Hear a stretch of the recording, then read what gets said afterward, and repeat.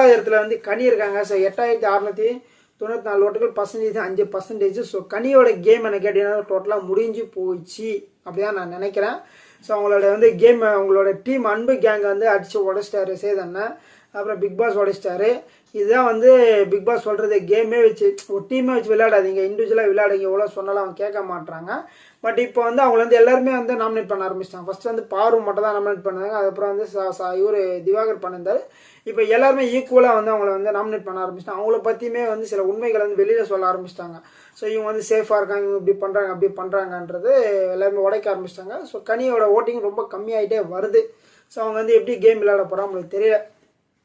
அதுக்கப்புறமா வந்து 8வது இடத்துல வந்து ஆரோரா இருக்காங்க. ஆரோரா ஓட்டிங் பார்த்தா வந்து 8634 ஓட்டுகள், பர்சன்டேஜ் 5%. ஸோ ஆரோரா இன்னும் வீட்டுக்குள்ளே இருக்காங்களா அப்படின்னு கேட்டீங்கன்னா இருக்காங்க. ஸோ எதனாலன்னு கேட்டீங்கன்னா அவங்க வந்து லாஸ்ட் வீக்லேருந்து பயங்கரமாக பேச ஆரம்பிக்கிறாங்க. அந்த ராஜாங்கம் டாஸ்க்கு முன்னாலேருந்து ஓரளவுக்கு பேச ஆரம்பிச்சிட்டாங்க, வேலிடான பாயிண்ட் வைக்க ஆரம்பிச்சிட்டாங்க. ஸோ எல்லாருக்கிட்டையும் வந்து ஈக்குவலாக டஃப் கொடுக்குறாங்க. பிக் பாஸ்க்கு வந்து கரெக்டான ரீசன்ஸ் ஆல்ரெடி வந்து அரோரா வந்து நல்லா கேம் தான்.